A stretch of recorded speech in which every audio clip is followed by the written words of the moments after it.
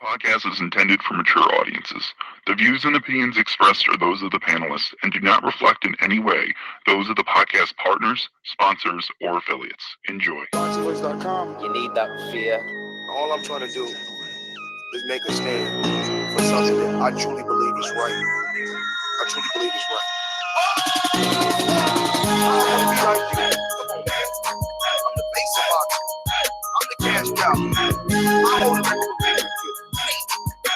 My drop, I know my drop, I know my situation. I want to fight. But it's gonna be worth it.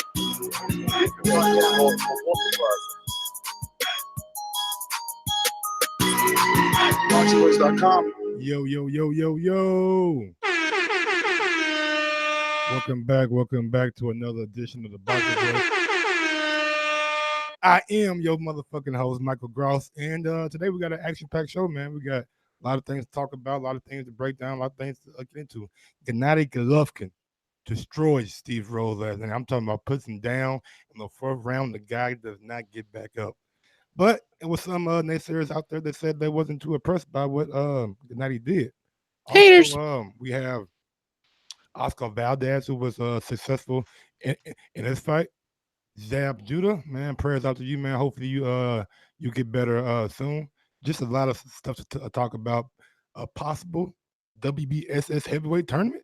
I'm gonna tell you one heavyweight who says he was very, very interested in that and seeing that happen. Also, I got a special guest, my guy on tonight, Doomsday. What's going on, Doomy? Well, man, you know I'm happy to be on. Always a privilege to be on here with you guys. You know what I'm saying? And you're right. It was an action-packed Saturday full of fights. Had me on different apps and shit. You know, I'm waiting for that one app. They got everybody, but until then, you know, I was hopping around on the apps on TV, and I got to see, you know, a little over 80% of the fights that I wanted to. There's a couple on the list that you had on the pre-pro that I didn't get to see, but I'm pretty sure I'm kind of familiar with the guy, so I'll probably have some input on that. And yeah, I'm anxious. I'm anxious to see, because you know it was the big comeback, Mike. It's the big comeback. You know when you know what I'm saying? We know when a fighter's coming back, he got the weight of the world on top of him. You know what I'm saying? He got to prove all of this, prove all of that. And sometimes it's like I always say, the lions are alone at the top. You know what I mean? Nobody ever like really gets to dig into that fighter's mind. Like, yo, maybe he has a lot on his shoulders. You know what I mean? A lot to prove. But you know, we could go back and forth and see what you thought about his performance. Because personally, I'm not a hater. Well, let's go ahead and break it down then. Gennady Golovkin debut on Dazn was one of memorable. I mean, something like, in my opinion, when you have a debut on a new network, you have to make a statement, no matter who you're fighting. And the guy, we didn't know Steve Rose coming into the fight, so therefore, if you don't know him and he's not on that level, then you should dismantle him pretty easily. What I seen in that fight was Gennady get hit a little bit. Maybe he was just rusty. You know, he's been out the ring for almost 8-9 months, so he Man, hold up. You said a word that stuck out right now. You know, that rust, that ring rust, right? But like, he finished him within 4 rounds, right? He finished him. And you know, one thing that I always like, and one thing I always, you know, kind of like another tough thing that's on the guy, not only the guy that's coming in, right? Such like Triple G, he got the pressure to prove what he has to prove. But then nobody's giving the other guy credit. You know me, man. I get into like the whole coaching mentality and the fighter's mentality, and nobody ever gives the guy that gets given a chance any credit. You know, this guy was coming in undefeated, and he had a few knockouts or whatnot, and you know, we get stuck in the rankings. I think he was 81 or something like that. It's not that we're not giving him credit. We just didn't know him coming in. You know what I'm saying? Like if you're Gennady Golovkin and you understand, like, you want to make a splash on the network, so it's not going to be a difficult opponent the first time out, but at least give us somebody we know. You know what I'm saying? Steve Rose coming in was a unknown commodity. Lou DiBella is a promoter, but really haven't seen a lot of Steve Rose unless he's on Showbox or something like that. Last night was his first time he was scheduled for a 12-round fight. Yeah, this is true. He only fought one 10-round fight. He's scheduled for 12. At the end of the day, you know what I'm saying? What I like to say is that the guy was doing good, and he was given an opportunity, and obviously he wasn't measured up to that skill level, and a lot of guys have fallen into that same coffin. Triple G's knocked out everybody. He's beat everybody except for Canelo. So, I gave him much credit in the beginning. He was tagging Triple G. He definitely was. He definitely had some success with that. I believe it was like a long right hand. It's like his right hand, like it was just kind of long. Yo, I'm gonna agree with you on that shit, bro, because his reach was getting to Triple G, and I mean Triple G got in. He got in, and I was waiting to see what my man Jonathan Banks had done with him. You know what I'm saying? Because one thing I really wanted to see was that head movement, and he was displaying that head movement. I was real happy with the head movement, even though he still got caught a few times too many. I think that at the end of the day, if you get in a fight like that, which in a sense is called a tune-up fight, your welcome back fight or whatnot, I think that maybe Gennady wanted to maybe use some of the things that Jonathan was working with him on. I mean, you saw at the end with the interview, what I saw was that he was like, I went back to my corner and I see, and it was time to go. Basically he went back and he told him like, hey John, man, I think it's time to finish the guy. That's how Gennady made it seem. So it's not too far off to say that maybe he was working on some shit in there. And one thing that I did notice last night from Gennady was his punch selection. His punch selection was pretty like, just the punch placement, like he overhand looping. Mike.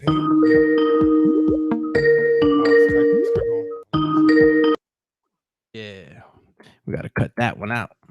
My bad. All gravy, baby. Yeah, but it's like his punch selection was great last night.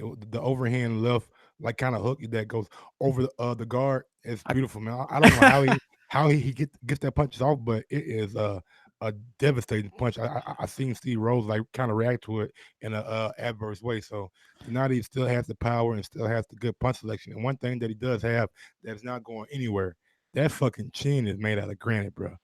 Yeah, he got caught. He got a chin out this fucking world, man. Gennady maybe have one of the best chin in boxing or one of the best poker faces. Because when he gets hit, he doesn't seem like it hurts him. You know what I'm saying?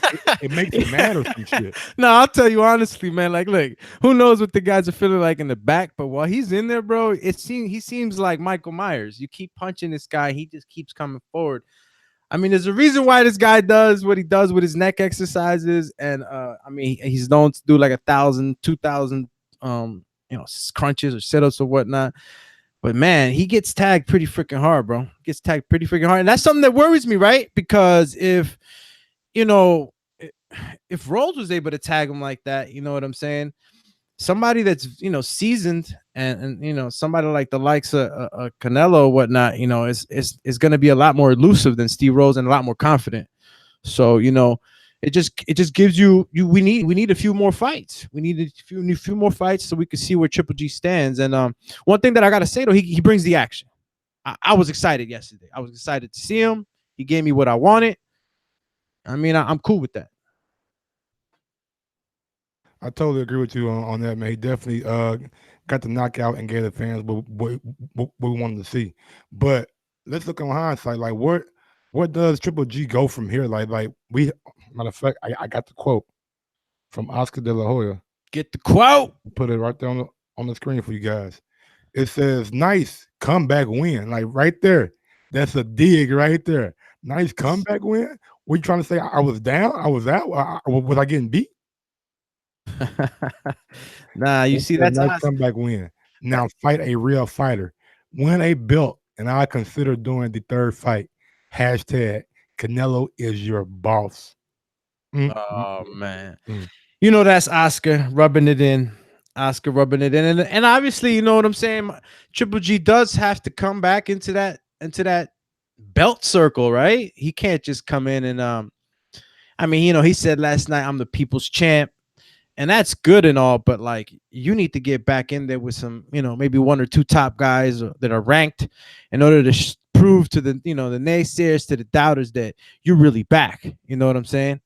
Like I said, I still give Steve Rose his respect. You know what I'm saying? He was given a chance. He did pretty good until he didn't. He got caught, and that's the name of the game. He was definitely doing pretty good until he got caught. But at the end of the day, man, Triple G just has that equalizing power like that doesn't it just carries, man. Like fourth round, eighth round, 12th round, don't matter. If he catches you with a good shot, you might go down. And Steve Rose was just another victim in Triple G's career. Some people that paid attention closely to the fight, might say that maybe Triple G didn't know what to do, and he just resorted back to what he usually does, and that's what worked. I heard a couple people comment on that on the chat, and what do you think about that? Because he looked comfortable. He obviously used more head movement, but I don't know where people are getting it that he might have just resorted to what he needed to do, or I don't know. I don't know where they get that opinion from. Yeah, man, I'm not sure either, bro. But some people just are gonna be haters. You know what I'm saying? Like, even if you have a great victory, they're still not gonna be impressed with like what you've done. But at the same time, he might deserve some criticism. It just seems like the guy he was fighting wasn't a guy that we knew. Like, it wasn't a notable name. We need Triple G to get in the ring with a notable name and stop chasing Canelo. You think he should Demetrius Andre fight? I mean that'd be a great fight. You know what I'm saying? I don't know if they want to go ahead. That's to me is a tough fight for Triple G, for anybody at that weight division. I don't think they want to put him in there right away. But he would need to fight somebody that's ranked. I mean, at the end of the day, even though people will call it a cherry pick, how many top fighters in different weight divisions have come back, from a long layoff, or a layoff that's been a while, and you look back at their opponents, they're not super top guys. Come I on, guys, mean, get it out of there. Get it out of your head. You're not coming back from a long layoff to fight a top guy. Look at Keith Thurman. yeah, Came back. What was, oh my god, what slips my name? What was Josecito Lopez. Josecito Lopez? But is he ranked? He's ranked in top 10 or I don't. top 20. I I'm would not have to sure. check. Let me Yeah. let me check, because we could gauge it like that. You know what I mean? Like how many? I mean, he's ranked 81. Steve Rose. But he's ranked. And I've seen. I think I've seen. I can't say it off the dome, but I know I've seen other, more cherry picked fights than this. Well, let's go ahead and play matchmaker. You know what I'm saying? I got the top 23. I mean, that's where it cut off at. So I said, fuck it. Okay, we all know that he wants to fight Canelo Alvarez. We all know that that's the big fight that he wants to make, and that's the big fight that the Zone wants to make. Let's be honest. The Zone is not going to give Canelo or Triple G all that money, and them guys not fight each other. Yeah, nah. Yeah, you're right. You're right So, about that. so we got Gennady number 2. Daniel Jacobs maybe be moving up to 160. They already fought. Jamal Charlo. Now that's a name that people were excited about because last year in December the WBC mandated the Triple G and Jamal Charlo fight, but it seems like Triple G went the other way. Yeah, I mean, it doesn't happen now, right? PBC and Now it yeah. definitely doesn't happen now. It's too much politics in the way. So let's be realistic and say Jamal Charlo, he's off the table. Well, let's not look too far away from the tree, right? Let's see what apples the zone tree has for Triple G to munch on. Like, who in his weight division? You got Andrade. We talked about him. Um, it's a matter of when would he when he didn't take too much damage this fight. He could fight soon enough. How's Andrade's schedule looking? Let me look him up, see where he's doing right now. He's fighting Selecki coming up here in I believe July. He's fighting Martin Selecki, a guy who fought Daniel Jacobs. Oh yeah, Selecki, tough guy too. Definitely a tough guy. Had a great fight with Gabriel Arizado that ended, I believe, in a draw, or Selecki got the nod. But he's definitely a tough fighter. But at the same time, I got a tweet from my guy Demetrius Andre. Speaking of Andrade, you know what I'm saying? Your boy Mike, I'm out here doing my work. You feel me? He Boom, says, boom. I wouldn't be fighting Selecki, and Triple G wouldn't have fought Steve Rose if Triple G would have accepted a fight with me. GGG is number 1 in World Boxing Organization. That means WBO. He was given the opportunity to fight me and said, no way. Hashtag truth. Hashtag tall, black, and handsome. Hashtag 18. I, Excuse me, but look, if this was in the essence all about the tough guys and there was nothing else involved but being the best and all that, there was no business, no other. If there was nothing else, pretty sure these guys would fight each other, man. But Demetrius knows as well as anybody else. They're not gonna put you up against, they're not gonna put you in the ring with their investment. You know what I'm saying? Coming off a 9-month layoff, coming off a loss that mentally, you know what I'm But saying? if this is a stipulation from Canelo and the Oscar De La Hoya team that he has to have a belt for them to fight again, shouldn't he at least consider fighting Demetrius Andre? Yeah, but you know what? That's up to Eddie and what he has planned for Dimitri Andrade. You got to understand. There's two I mean, investments come here. on There's now, two come on investments. now. There's two investments. Hear me out. If Eddie said, Demetrius, I got a big fight with you in Triple G, think he'll say no? Oh no, absolutely not. Yo, Demetrius is G, bro. All right. Shout out to Rhode Island. Shout out to all my Cape Verdean people. All right. He a G. It's not about whether he won't. It's whether they will allow him to go ahead or offer him. You gotta understand. You got to protect two investments here. You got Demetrius Andrade and you got Triple G. You're not gonna set both of your investments against each other before some money comes out of them. You know what I mean? Which is matching them up with other top guys. And it all it's a matter of who they're gonna be able to work with because the pool is small, right? How many 160 pounders they got at the zone? Shit, they got a lot of them. They got Daniel Jacobs, they got Canelo, they got Triple G, they got Demetrius Andrade, they got a nice little stable. Like they got the major middleweight weights over there. Like shit, they got Gabriel Rosado over there, Selecki's over there.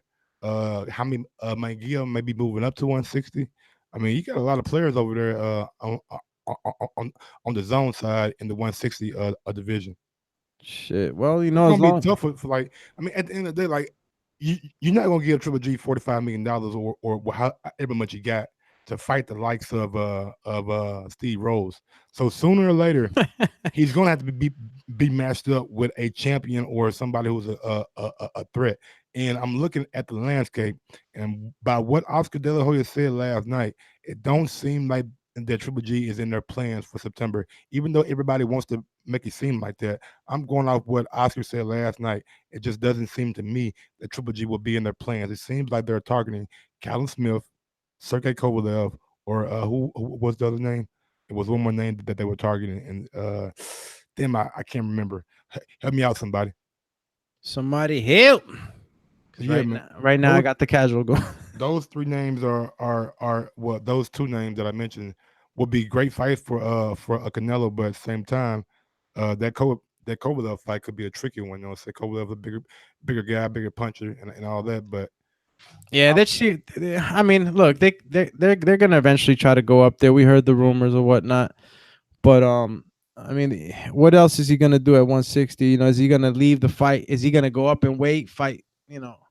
Other guys, or he's gonna go back down. We don't know what Canelo's doing right now. yeah, I think Golden Boy said that they're supposed to be meeting with Canelo this week and talk to him about his upcoming opponents and see who he wants and who he's going to pick. That's what they said last night on the broadcast. So be on the lookout for some Canelo news. Well, one thing, I mean, just I guess to close out my statements on this, man, I saw what I wanted to see. I saw a finish. I saw a determined man that was given an opportunity, do his thing for the 4 rounds that he could stay in there with a true champ, and knockout artist. I saw what I wanted to see, man. Was I worried for a half a second? Because he maybe Triple G took a couple too many jabs to the face. Yeah, but he had head movement, and it showed a different wrinkle or more of head movement, should I say? Because he always had head movement, but not as much as I saw this time. There was a lot of feints. So I'm okay with Triple G, man. I'm excited to see who else they put in front of him. Absolutely, man. Definitely want to see who else they put in front of him. Let me see who else is on the list right quick before we move on to the next topic. Jeff Horn, I don't know how he ranks so high. He's never even fought at 160. David Lemieux, nah. Andre's a fight that we want to see. Rob Brent would be a interesting fight, but he fights on ESPN. Derevchenko, that could be a good fight. Mark Murray, nah. Rayota Moreta, I mean, Liam Williams, it just starts to like kind of go downhill. You know what I'm saying? But I definitely want to see Triple G in there with somebody that's gonna give him a run for his money. Now, I don't know if you wanted to stay more on Triple G, and what his future's looking like, or maybe I mean there was a lot of fights, man, a lot of I mean, fights. yeah, definitely. I mean, we got plenty of time. I mean, it just I just want to I just want to know what's next for my guy. You know what I'm saying? Like, what is next for Triple G? But uh, well, I'll go ahead and move on to the next topic. Definitely want to see him in there with somebody who's gonna throw some punches at him. Uh, You know what it falls down to though, Mike. The thing is that we always gotta just kind of take into consideration all the business and the schedules and stuff like that. You know what I'm saying? Like, there's a few guys that we would really want them in there with, but they're just not available. They won't be available. So he wants this Canelo fight so bad, but doubt he's gonna get it until what you said. They already say he needs a belt. So yeah, he the meet definitely needs a belt. who's directly in his eyesight right now is it's Demetrius Andrade for some reason. If they manage to want to like put these two guys together, you know what I'm saying, fight each other. If they would want to do that you know. It would be to me it would be like they would be cutting themselves off from another champion. They could use these two fighters to collect more belts, maybe match them up. How about a Canelo and Andrade fight? I mean, would Canelo take that fight? That'll be a good fight, man. Definitely be a good fight. You know, I think Andrade is going to be a problem for Canelo because of his length and his good boxing ability. But Canelo's just been in there with so many great opponents that really don't matter what kind of style you got. I mean, he's pretty much seen everything. Been in there with the great Floyd Mayweather. Been in there with Cotto. Been in there with Triple G twice. So it's not like Canelo's going to be overly surprised by anything that Demetrius brings to the table. yeah, I see Canelo having a lot more success with Demetrius than Triple G, man. I mean, I could actually just imagine when you said earlier that when they offered him the fight or whatnot, and or he was offered the fight. Is that what you said? They Yep, offered, yeah, and I know the team was like stylistically, it's a nightmare. absolutely. Yeah, Demetrius, he uses that high guard, protects and counters well. He's fast, he's young. Yeah, it'd be a terrible matchup just to have him. Would have had him coming in, and fighting Demetrius. I'm just ready for a undisputed champion in the 160 division. But yeah, man, moving on to the next topic. Well, not next topic, but the same card. On this card, Triple G, he had a prospect on this card who got a impressive knockout against McDaniel.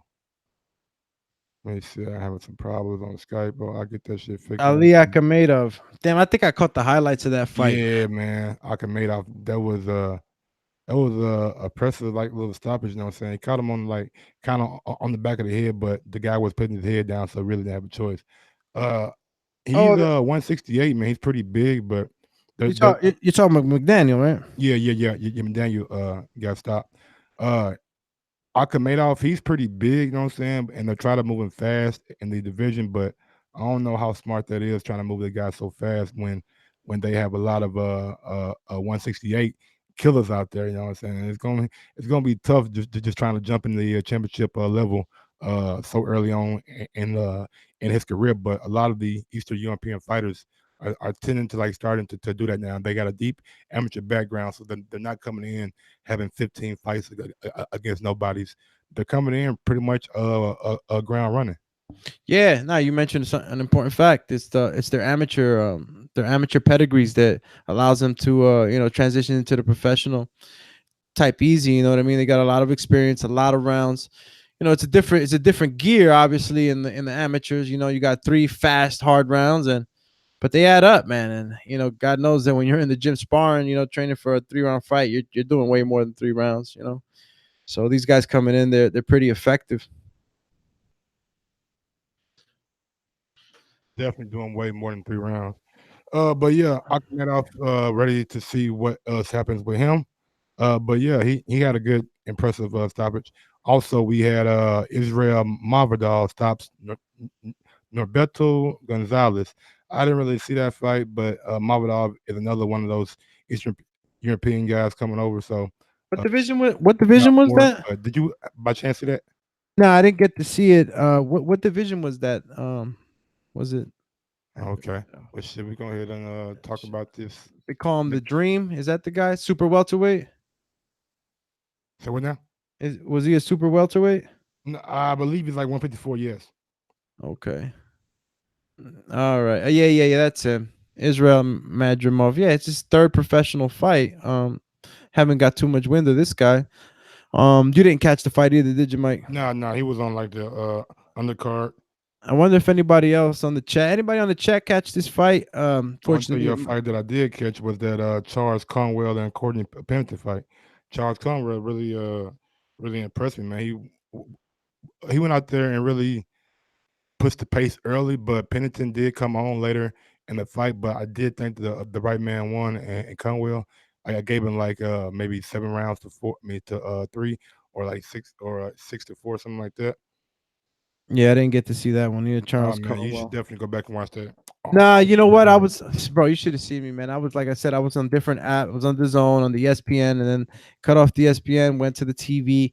They got to make it a lot easier for us to get all these fights in, man. I mean, you got to really be. I gotta work out a better system so that I catch them all. Hell yeah, man. Definitely gotta work something out for these fucking fights and shit, man. There's too many apps out there, bro. They got an app for every fucking thing nowadays. Yeah, but until that, I wish our boxing platform just had one platform where we can watch all the fights at, man. We ain't even gotta go search for it. It's just there for us. If you're listening right now on YouTube, don't forget to smash that thumbs up button. I got 180 people in here, so I need 180 thumbs up. So go ahead and smash that thumbs up button, man. It helps with the visibility of the show. now, I didn't see the fight, so what I can do is just, I guess, kind of make a great comparison, I guess. What I see here on his opponent, Courtney Pennington, 12-4-3, right? And I'm looking at the guys he's fought, and I mean, I don't see anybody that would have. Oh, you got Delvin Rodriguez, okay? Fought Delvin Rodriguez. Did he beat Delvin, or did he lose to Delvin?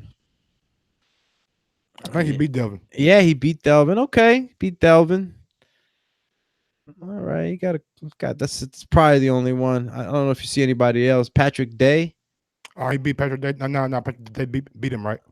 Patrick Day, I think, beat him. Yeah. Yeah, Patrick Day, they beat him. All right, so yeah, he that was his that was his only loss. Well, you know what? It's crazy. Oh no. Excuse me, I gotta go further down. That was his third loss. Lost to Mohamed Tuba. When did he? I don't know. Using that as a barometer, you still give Cornwell his Yeah, definitely give him his props, man, because So he was he was in there looking with a good. veteran, man. Like the guy knew how to move around the ring and like not put himself in a predicament where Conwell was going to be ultra successful. He made Conwell work and think in that fight, and I think his progression gonna be really good.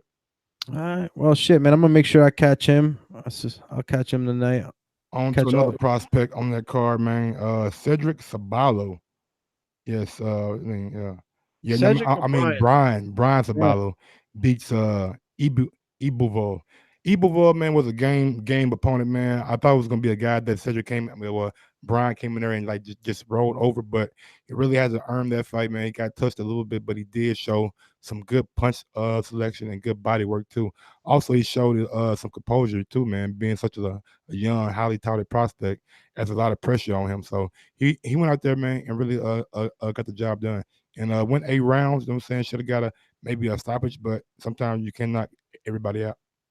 Shout out to New York, Brian Ceballo. I didn't catch that one yet. I'm gonna have to catch that one, man. I feel so casual right now. Yeah, he has a few unanimous decisions, TKO. Yeah, promising future for the young man. Welterweight. Yeah, man. How about that Nikita though, man? Man, that's why I was waiting on. Whyte Chocolate, man. Whyte Chocolate hit this man with a body shot last night that had this man on the floor crying.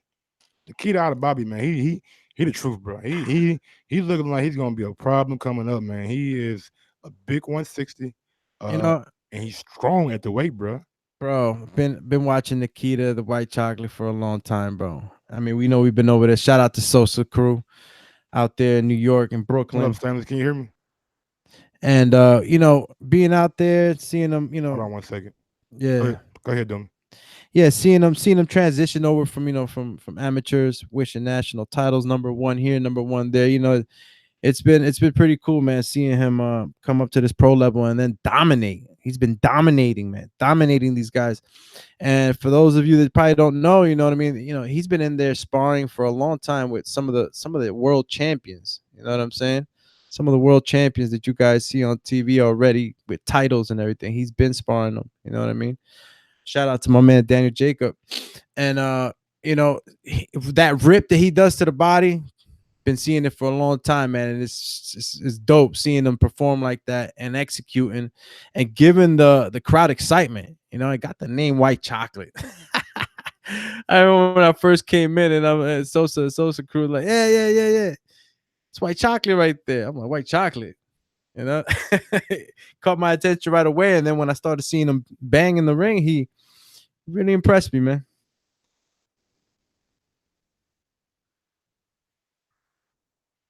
You there, Mike? Yeah, man. Yeah. Oh, moving on to the next card. We are talking about the ESPN card, Oscar Valdez versus Jason Sanchez. Oscar went out there, man, really dominated the guy. I think the guy was just in too soon, you know what I'm saying? In over his head, maybe a little bit too soon for him or something like that. But You think so, man? yeah, Man, he looked game to me, bro. He he got hit with so many hooks, I bro. know, but and that's what I'm saying. Like you look game and shit, but you're not doing nothing to show me that you are game. You feel me? Nah, I hear you, man. Hey, listen, he might have just got caught with too many left hooks, but I just felt like Valdez was in there with a great game plan. I mean, shout out to Eddie Reynoso, you know what I'm saying? Training with them now, it's just it's new wrinkles in the game, bro. I like the fact he wasn't getting his face beaten. He's a warrior, bro. He gets in there, he's balls to the wall, and he's in the fight. And it was good to see his high guard. It was good to see him being real cautious and picking his shots, give him more longevity in his career. Hell yeah, man. Absolutely. Uh, what's Jason next for? Sanchez. Go ahead. Wait, but let's not just put Jason Sanchez was game though, man. Gave him 12 rounds. He was there with him. You know what I'm saying? Only 12 rounds though. It Uh, wasn't. It was more the same though. All 12 rounds, bro. It was just like I'm gonna do this, you're gonna do that, but what I'm doing is gonna be better than what you're doing, pretty much. and I think Jason Sanchez's dad was a boxer too, if I'm not mistaken. I think he had a whole long line of fighters in his family. I think he was the first one out of all of them to fight for a title. So he was real motivated. I just didn't see him change up. He was just the same thing, like you said, One Mike. It was gear, just one dimension, man. yeah, one You gear, have one one dimension. dimension. Like when you're going for a world title, in my opinion, you You can't gotta be a go. one-dimensional fighter because people who are on world level are going to expose that.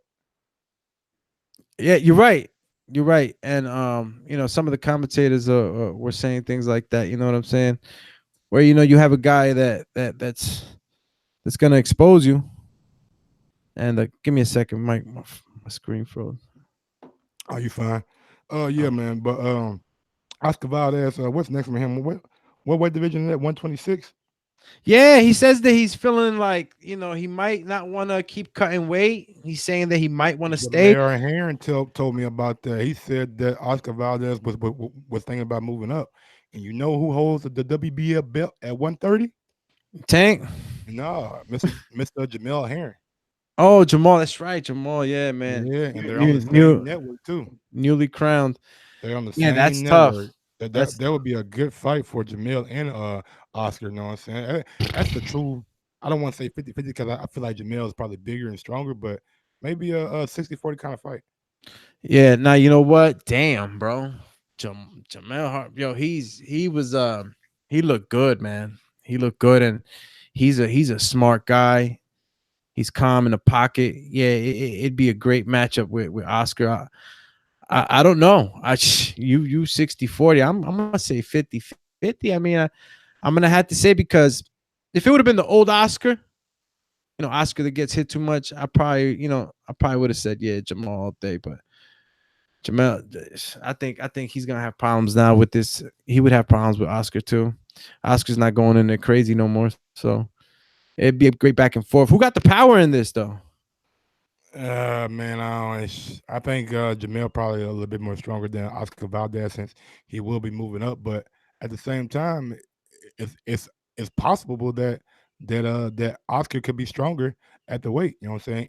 If he's really struggling to make the weight. Who else? Let's check to see the one. Who else Oscar might go up to? Because I know that Oscar, he ain't gonna fight nobody major going up in weight. At least I don't think so. At that weight division, is that the 130-pound I division, mean, right? the only way he's gonna get that belt is by fighting Oscar Valdez. I mean, is by fighting Jamel Hearn. Okay, we got here. And that's for a belt, right? Yeah. That'd be for the WBO belt at 130. And he would definitely have to forfeit that belt that he has now, which is it's WBO, right? Yeah, he'll be moving up to fight Valdez. But I mean to be fighting Jamel Hearn. But we'll see how that plays out and how that goes, and if he does go up there and fights Jamel Hearn at 130.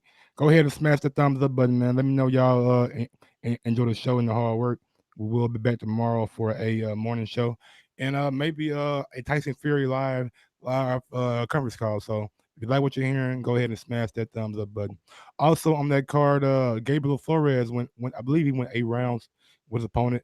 Showed some things that he needed to work on, but he did get the win. I was impressed by his composure, and he's still very very young at that, so I don't want to be too hard on him. But Who? Gabriel Flores. Come on now, champ. What's up? Talk to me, champ. Come on, champ. You know Gabriel did his thing. He Like, did his look, thing, but I wanted him to stop that guy, man. yeah, but look, man, this is another thing, right? You guys look at, oh, look, it's a guy from Mexico coming in to fight. Oh, look, it's a guy from Mexico. He a tune-up. Like, these guys from Mexico, bro, are hard hitters. Like, they gritty. They gritty. Yeah, they tough, as fuck, bro. Tough as nails, and they gritty. Like, shout out to my boy Henry Cejudo. Oh yeah, he was cocky as F last night. You gotta stop that. He too cocky. But whatever. Shout out to him though. He did it. But getting back to the boxing, like, and you cut me off and I lost track.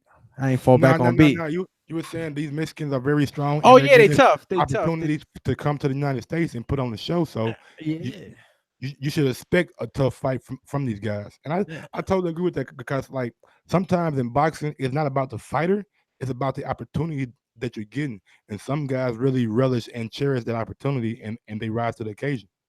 Yeah, he was in front of Gabe.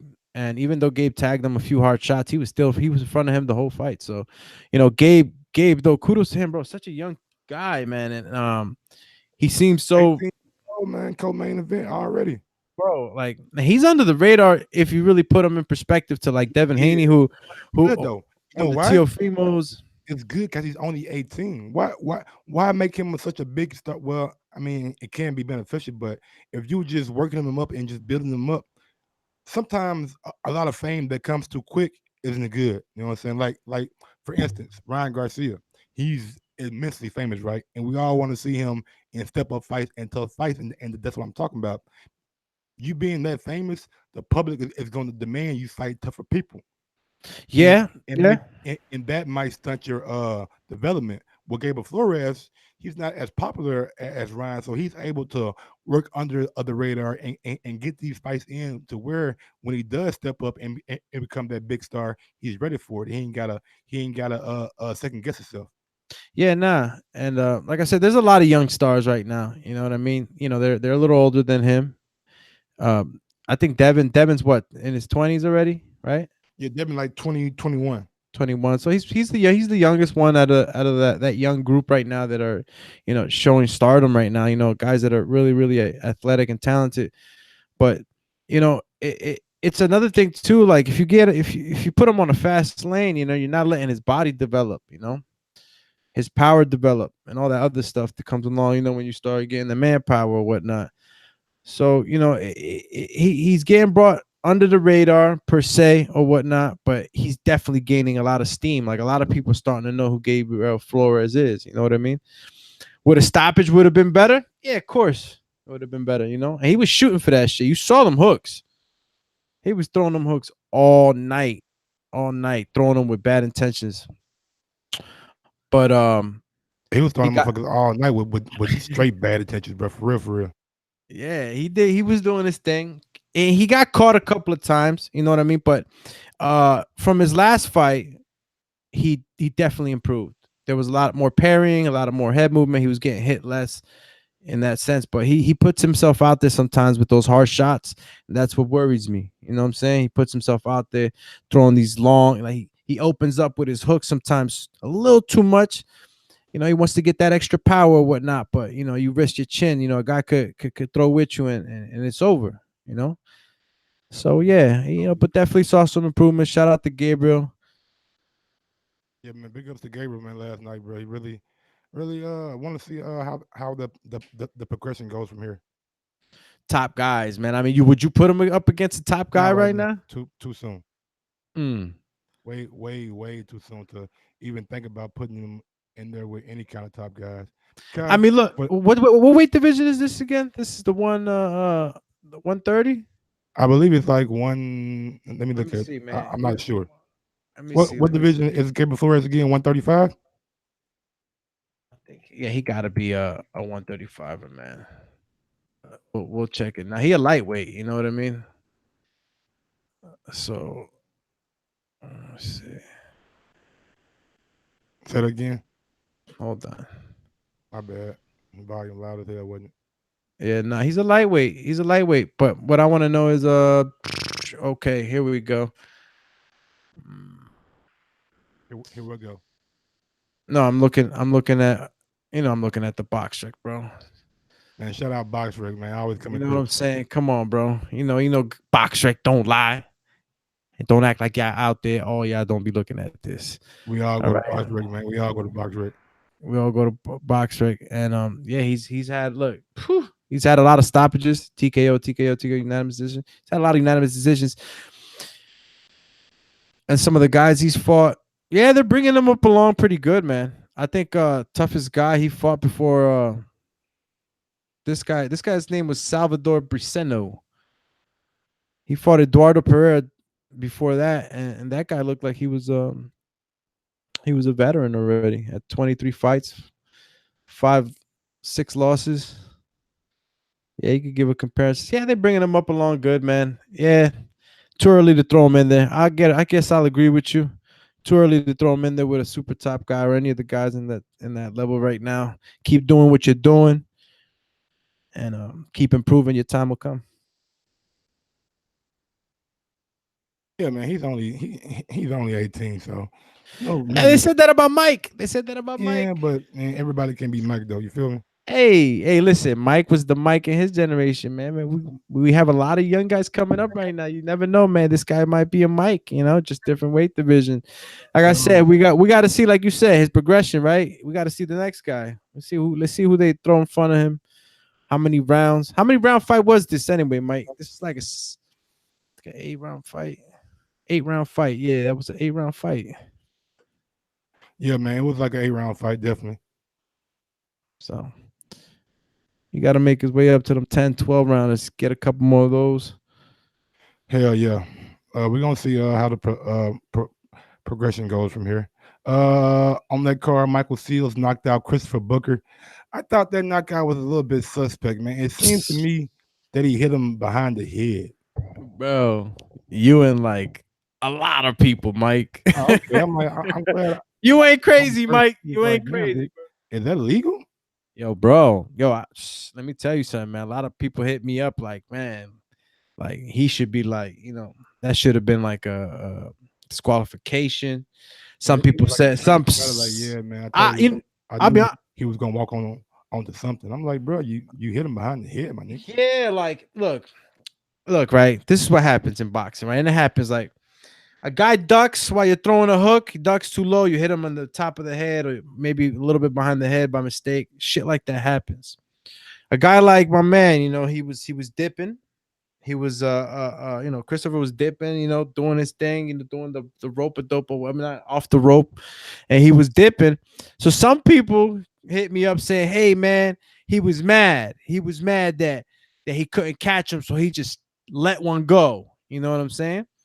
Now, that's some horrible shit, you know what I'm saying, to do.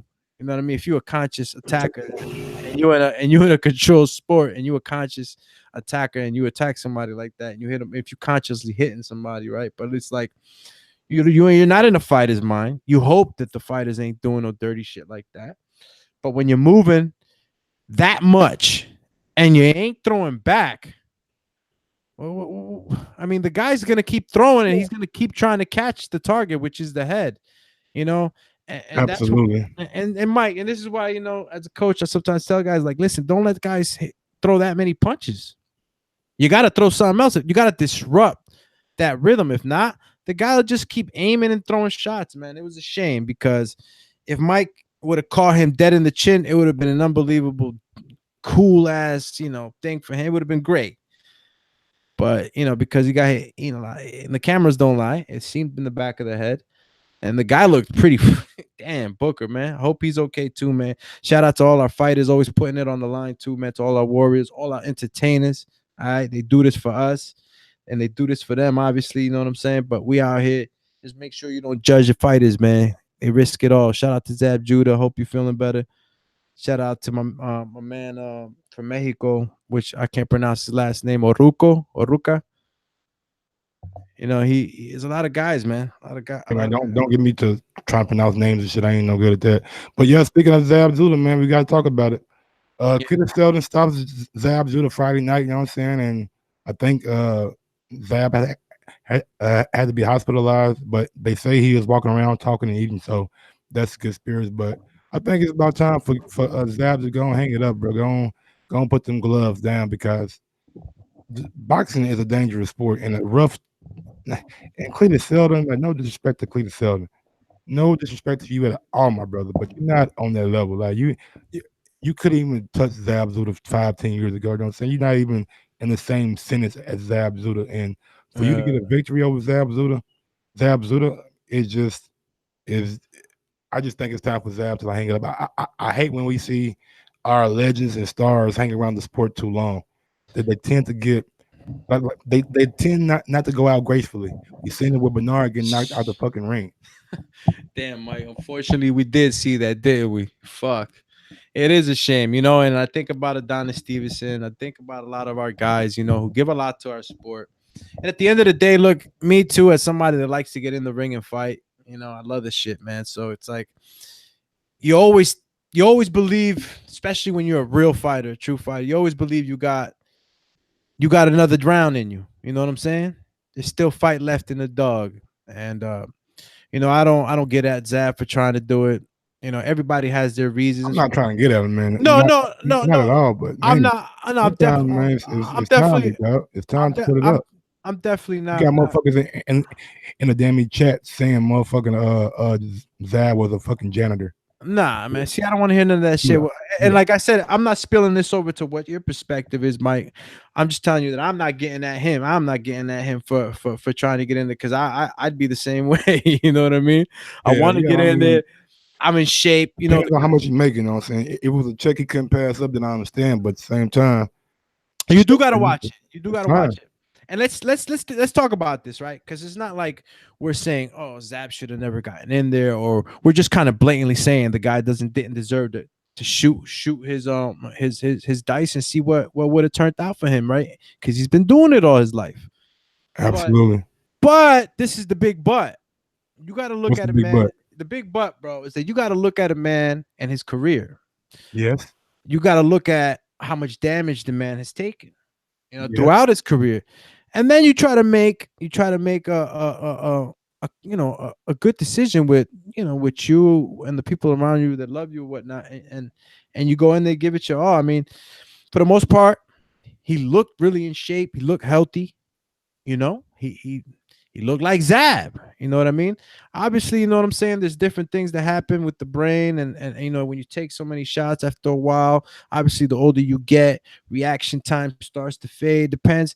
It all depends. There's very few, man, that still have everything working as if they were 25. So there's a lot of things that go into the deterioration of a fighter, especially depending on how much how much shots he's taking, how much pain he's taking. Yeah, I totally agree, and I think we all know that we got a number. You know what I'm saying? It's only a certain number of shots or hits or anything you can take in any sport until your body just says no, man, I can't do it anymore. Even though your mind says yes, your body just tells you like, hey, this it's not possible anymore. And I think Zab's body is telling him that now he's not doesn't have the speed or the reaction time that he used to have. So I just think it's time for Zab to hang him up and shit. Be an ambassador for the sport. Be a trainer. You know what I'm saying? Be a commentator. I mean, use that knowledge that you have in the sport and give back to the young and upcoming fighters, man. He can do a lot of good, in my opinion. Oh, hell yeah, man. Look, man, I'm pretty sure that a lot. And I don't that goes for all fighters. You know what I'm saying? All retired fighters. We need to like create something where these fighters are being recognized and they can actually give back to boxing in their communities, man, because boxing is a sport, man, that's gonna be around. As long as you got some gloves and fists, baby, we can get it on. We won't need no basketball, no goal, no grass, no football, no pads, no helmet. We need some gloves and fists and shit. We can get it rocking. So Most definitely, man. And like I said, like he's already solidified his name in the sport, man. He's done a lot of great things in the sport. So you know what I mean. There's no shame in the game if you do decide to walk away out of any of the fans, man, because you know you gave a lot to the sport. You gave a lot, and he you know, like I said, bro, he's living a okay life too, man. Like you know, these boxers, many boxers in the past, especially in the past eras, I believe that the fighters now have more opportunities and a little more savvy to the business, but. You know, a lot of guys don't have a career after fighting. You know, Zab has a career after fighting. You know, he went back to school and he has a career after fighting, so he could definitely do a lot of things within his community. I know a lot of people look up to him still, and always will. You know what I mean, for the things that he's done in the sport, especially. Absolutely, man. But on that same card, we had James Buddy Mcgirt. He got a draw. He's like a Buddy McGirt's son. The reason I put him on there because he's a notable name, but he got a draw in his fight. Also, Roberto Duran Jr. got a split decision. So we got two young men with the legendary name. You know what I'm saying? That it's tough to kind of live up to, man. Like that's a lot of pressure on you having that name and going into the same field as your father when he was just so successful in it. So I know that's crazy. You're talking about Duran, right? yeah. He raps too, right? Like my man got a whole bunch of hats. Like he got a couple of hats he wears. Yeah, he trying to do everything. He's trying to get it all, man. And you know, he definitely has the legend blood in him, has the name, and he keeps winning. He keeps living up to it. I think he'll do just fine. All right, man. We done with the fight for this weekend. Let's get into some motherfucking shit now. Let's get let's get into the heap of shit. Eddie Hearn came out today and said, well, not today, maybe yesterday, but I just watched the video today. He said that the WBC has sent him a proposal that makes the winner of Dillian Whyte and Oscar Rivas the WBC interim champion and the mandatory to the Deontay Wilder. Oh, so you talking about what? Rivas versus who? Dillian Whyte. Oh man, they're gonna match him up with Dylan, huh? You know, a lot of the guys who probably don't know about Rivas, man. Rivas, it's already set up. What? It's already set up. July 13th. It's already set up. I know. I'm talking to the casuals out there. They probably haven't heard about Rivas. You know, he just made it on the scene like real loud lately. A lot of fighters are not coming out of Colombia like that. You know what I'm saying? And this is a Colombia heavyweight. Guy hits hard. Guy's fast, strong. Has that kind of like Mike Tyson effect, whatnot. I'm not saying he fights like him, guys. All right. I'm just saying he has that effect. Real tough. Come forward fighter. but we all know that Whyte got that equalizer left hook, man. So Man, that getting stronger and stronger, bro. shit, you know, my man White's been on the money lately. So I don't even know if I would you know, I'm always so up for the underdog, Mike. You know, I'm underdog doomy and shit, always picking the underdog, but you know, there's a pick for the underdog, and there's a pick for the Vegas bet, you know what I'm saying? And I'd have to put my money, yeah, definitely on Whyte on this, man. White's gonna take care of business. Yeah. I think White should take care of business, but like, what do you feel about the WBC and their proposal? Like, the interim champion, like, I thought a interim belt goes out to a person that due to the champion being inactive and y'all don't want to strip him. But it seems like y'all try to give Dylan White an interim belt just to satisfy him and say he's a mandatory. When Wilder came out, said that Fury and him got two fights playing.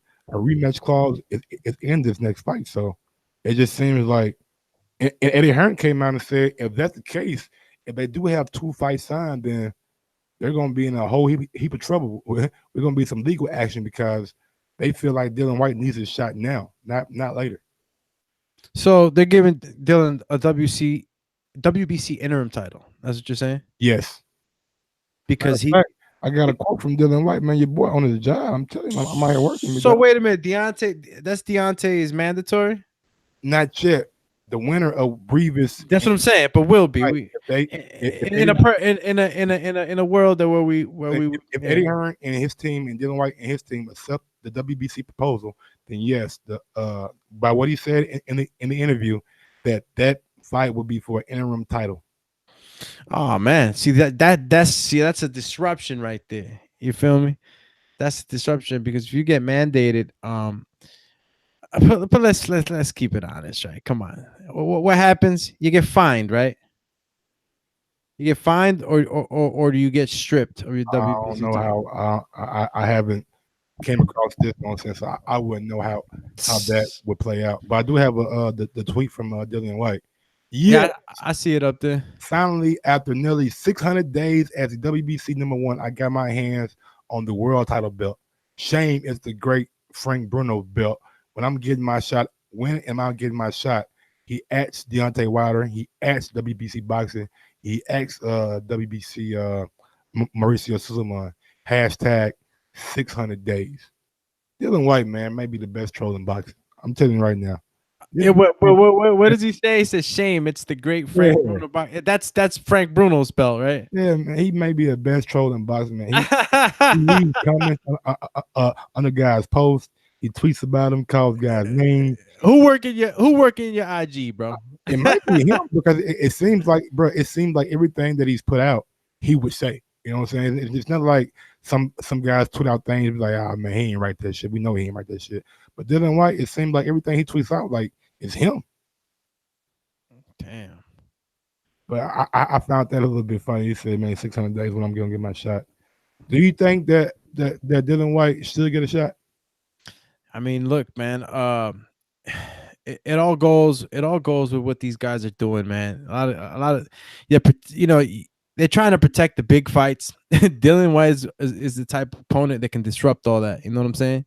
You match him up with any of these top guys right now, Deontay Wilder being one of them. They know that it can be a risky fight, you know. And what is that fight offering to Deontay Wilder? You know what I'm saying?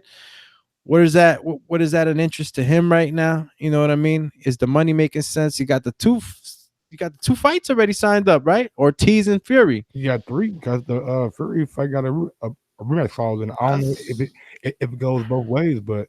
So let me ask you this: like, who would you rather see, Deontay Tyson Fury or Deontay White? Shit, I want to see Fury because it's unfinished business. Hey, look, you could be honest. You could be honest right now. You speak for the masses. I want to see Fury because it's like some unfinished business, and I want to see.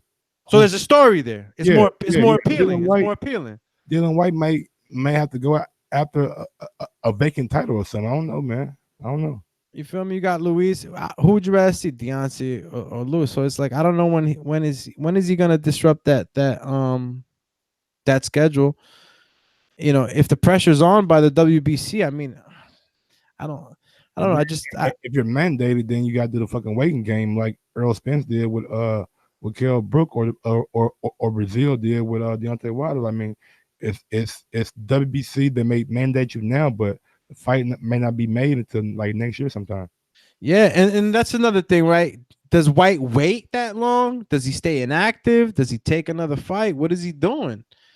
He knows his chest, man. Sometimes, you know what I'm saying? You wait too long, you're sitting on the bench, relax too much. It depends on how these guys keep that discipline, I guess. But, you're waiting too long, you come back, you ain't feeling the same. It ain't good. So it's gonna have to happen if they mandate it, if they mandate that and they put pressure on, which I don't see happening. Deontay Wilder's been a great ambassador for the WBC. He's repped the belt. He's for a long time. He's defended it. He has a great relationship with the WBC. So I don't see him getting pushed around too much. But it all depends. It all depends. Like I said, there's monies that could be paid aside. It could be penalty, whatever. But I don't see it being an issue, really, bro. I don't really see it being an issue. And we gotta see how that fight plays out with Oscar Rivas, because Oscar Rivas is not no fucking slouch, bro. He's gonna be in there to be in a competitive fight, and it's gonna be tough for Dillian Whyte. You know what I'm saying? Not to try to overlook this guy, because we seen what happened with Anthony Joshua when you kind of overlook people. Oh hell yeah! Nah, they don't call him the kaboom for no reason. You know what I mean? Rivas hits hard, bro. He hits hard. So, excuse me. Definitely hits hard. He hits real hard, man. And he's gonna come. He's, a lot. When I say he's not scared, when he's not afraid, and obviously fighters are not afraid, right? You can't. Fighter's never gonna admit he's afraid or not like that. But when I say that a guy's not afraid, Oscar Rivas is one of those guys. He walks in there, he doesn't respect you at all. He comes in there with bad intentions, and that's something that I like about him. So, it's gonna be a great fight. To me, it's gonna be a great fight. It's gonna be a great way to see what Dillian Whyte does too with a guy like that, a pressure fighter like that. It won't get him prepared for a guy like Deontay Wilder. You know what I'm saying? That's just a whole nother type of body, and problem. But definitely with the aggression that Oscar Rivas brings, I'm excited. I'll be excited to see how Whyte reacts to something like that.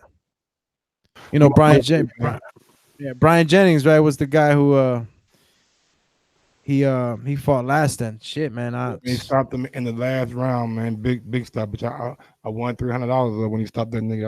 I was so damn happy. Shit hurt me. I was in here singing a song. But go ahead and moving on to the next topic. You know what I'm saying? We got on. Oh my God, Tyson Fury. Tyson Fury said he's the best heavyweight of his era. Best what? Why is he the best? What was his reasons? Let me go to the quote. The quote. Hold up, real quick, Mike. I need to know something real quick before we even dab into this. What do we consider this era? What year? I gotta get, because you know what I'm saying. When boxers start saying that they the greatest, they gotta be real specific. You know what I'm saying? So it's like, where does our era start? You know what I'm saying? Where are we starting at? Just now? Just right now? We talking about 5 years ago, 10 years ago? But I guess that's for another time, right? All right, I'm gonna tell you what this man said. I'm the best of my era, and if I can't beat Tom Schwartz, I might as well retire. Fury told Garth Davis. There is a difference between a man who fights well under pressure and the man who goes to the office not feeling great and still gets a victory. I can have a bad day, but I can still grind victories out of bad days. It's a difference in champions. If I can't beat Tom Schwartz, then what is the point of boxing anymore? I must be shot. We won't know until we get it there. That's what he said about Deontay Wilder. A lot of people say I might be chinny after the Deontay Wilder fight. We don't know. It's exciting times. Many believe that now I'm the best of my era. I went to Germany and beat Vladimir Klitschko. Came to America and beat Deontay Wilder. Today, the Ring magazine put me at #1 where I belong. They don't get it wrong. Wilder at 2, Ruiz at 3, and Joshua at 4. I believe that's fair. There was a 3-horse race, 3 unbeaten heavyweights, and then there were 2. I've already beaten the guy who is at number 2. So unless we don't know about comes out the woodwork, then I already cemented my place as the best. I don't think he's the best of this era. In my opinion, he never really defended his titles when he won them. So if he really was the best of the era, you would have went back and fought Klitschko and not have that breakdown that you had. I mean, not saying anything bad about his breakdown, but it is what it is. You couldn't handle the pitfalls of success, so should happen, and you finally back on track, and you didn't rematch Wilder like right away. A lot of things that have holes in your resume, and you can't be defined as the best of the era until you get in the ring and actually beat these guys definitively. Beat Wilder definitively. Beat Whyte. Beat Parker. Beat AJ. You got to beat all those guys, in my opinion, to be defined as the best of your era. Because in the old eras, all those top guys fought each other. It wasn't the big waiting game that we have now. You haven't fought Luis Ortiz. You haven't fought Big Baby Miller. You haven't fought all these guys that there are players in the game right now. And in my opinion, until you fight these guys, you can't not be considered the best of your era just based off your opinion. Yeah. You know, Mike, man, it's a little too early for that, my man. My man Tyson, chill, champ. It's a little too early to be claiming that right now. You know what I'm saying? You haven't been consistent enough, big bro. You haven't been consistent enough. You can't get that off, man. You a great fighter, skilled. Not only consistency, like, man. Wilder's fighting Ortiz, and he just fought Brazil, both top 10 guys. That's what I'm a guy telling you. named Tom Schwartz that we never fucking heard of, bro. Like, we haven't heard of Tom Schwartz till now. The biggest highlight of Tom Schwartz that I've seen on YouTube was the motherfucker flopping. This ain't soccer. This ain't basketball. Why the fuck are you flopping, man? Like I said, and to be honest, you just said it. Who's Tom Schwartz? You know, I haven't really been, you know, seeing any of his fights, so I gotta look into him.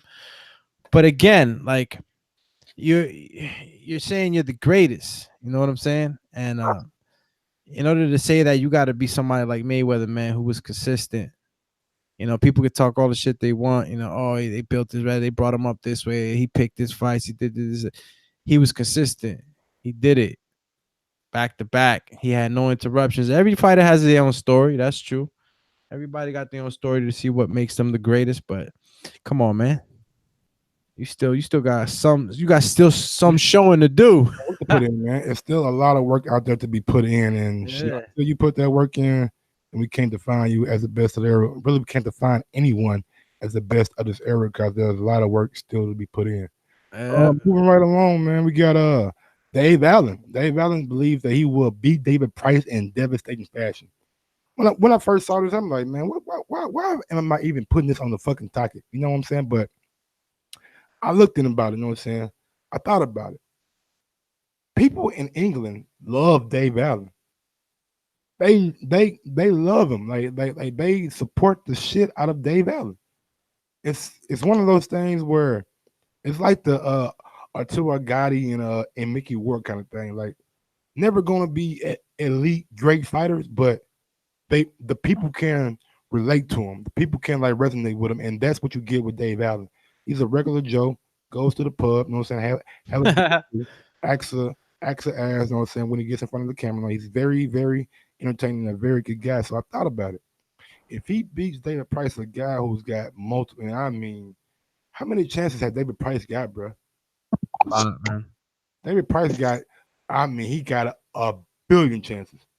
So if Dave Allen wants to go out there and cement David Price on the ground and really put him down in a devastating way, then that could propel Dave Allen to maybe not world level, but certainly contender level. You know what I'm saying? Like, he's definitely a likable guy. I'm not. Don't get me wrong, you guys. I know you might contender level.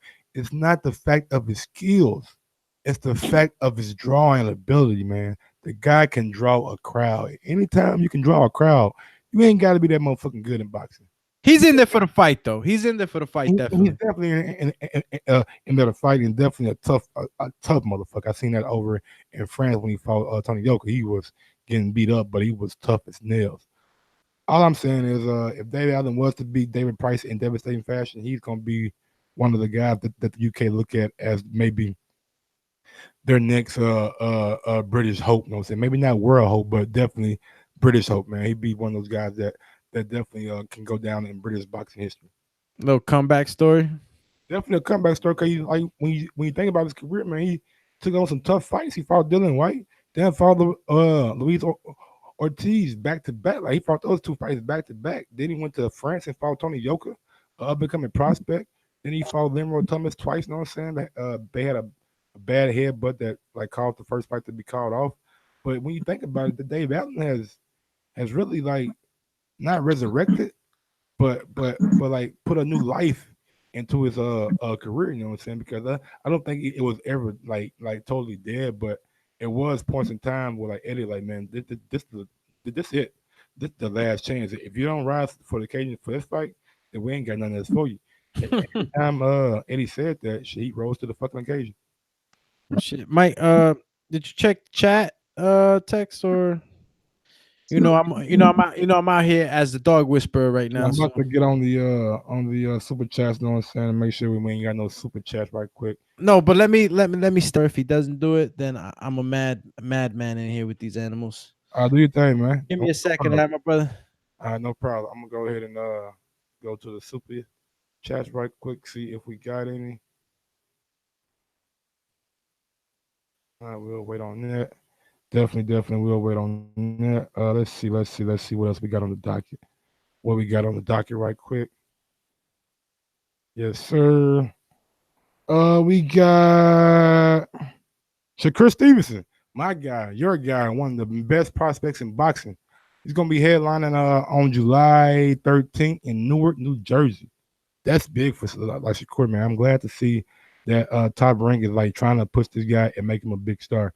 I'm glad to see that he's headlining in his hometown, and all this news is coming from Vice President of Top Rank, Carl Moretti. So coming from like the horse's mouth, man, Chris Stevenson, man, he has a chance to like really deliver something big for himself and for his community in Newark. I mean, we all know that he was a silver medalist in the Olympics, and we all know that he's a very, very talented fighter. So I'm excited to see what kind of opponent that they bring to New Jersey for him, because it seems like he's ready for that world title shot. He seems like he's chopping at the bit to be a world champion. So hopefully they match him up good where he can get a nice hometown victory and then go for a world title next, man. Why wait? Seems like he's ready. Y'all know he's ready. I know he's ready. So yeah. What we got? Hey, if you're not talking to you yet, man, please meet yourself on Skype. I'll get to you in a second. And then we got who else we got on this motherfucker? We got what we got? Usyk wants it to be the World Boxing Super Series heavyweight tournament. So guess what? I made a little graphic for you guys. I've been thinking, like, if there was a World Boxing Super Series heavyweight tournament, how would it work? Who would be the fighters in it? It can't be Fury. It can't be Wilder. It can't be Ruiz. It can't be Joshua. Those four guys are the cream of the crop. So those four guys probably have to be off of it. And what I'm thinking is, if the IBF do something funky and they do a mandatory thing or whatever, and that belt frees up, then maybe they could possibly put that belt in the tournament as a vacant belt for the winner. And looking at the tournament, like guys, look at the tournament with me.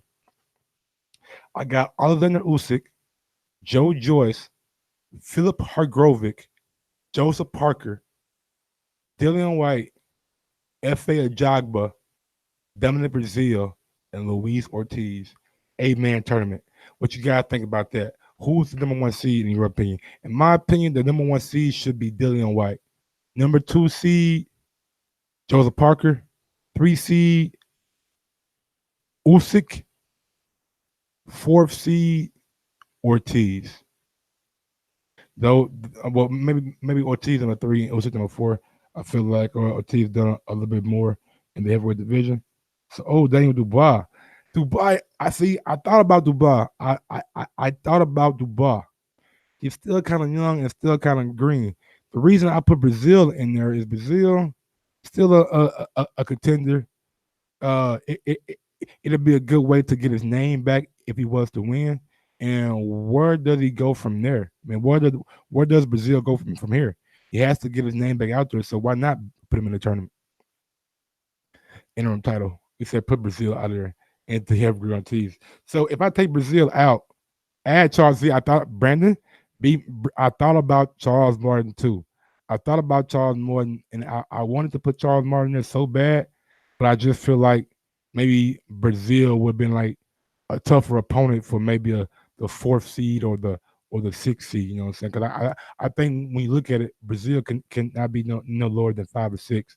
Number one, I don't know, man. That's a turn. Povetkin to Kornacki. Lot of good names, man, but there can only be 8. Who are you guys taking out? Are you guys taking out FA and put Kornacki in there? Take out Brazil and put Charles Martin in there? I can ride with it. Huey Fury, nah, he's not somebody that I want to see. Pulev, nah, not somebody I want to see. It has to be a realistic tournament, in my opinion. A realistic and competitive tournament at that. If it's not competitive, then I don't even know why we're doing it.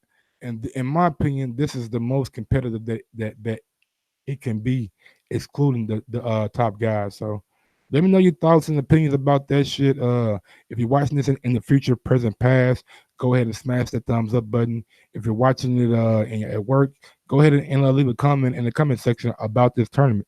Let me know, man, how y'all feel about this shit, man. Let me know if it's a good tournament or is it just wishful thinking.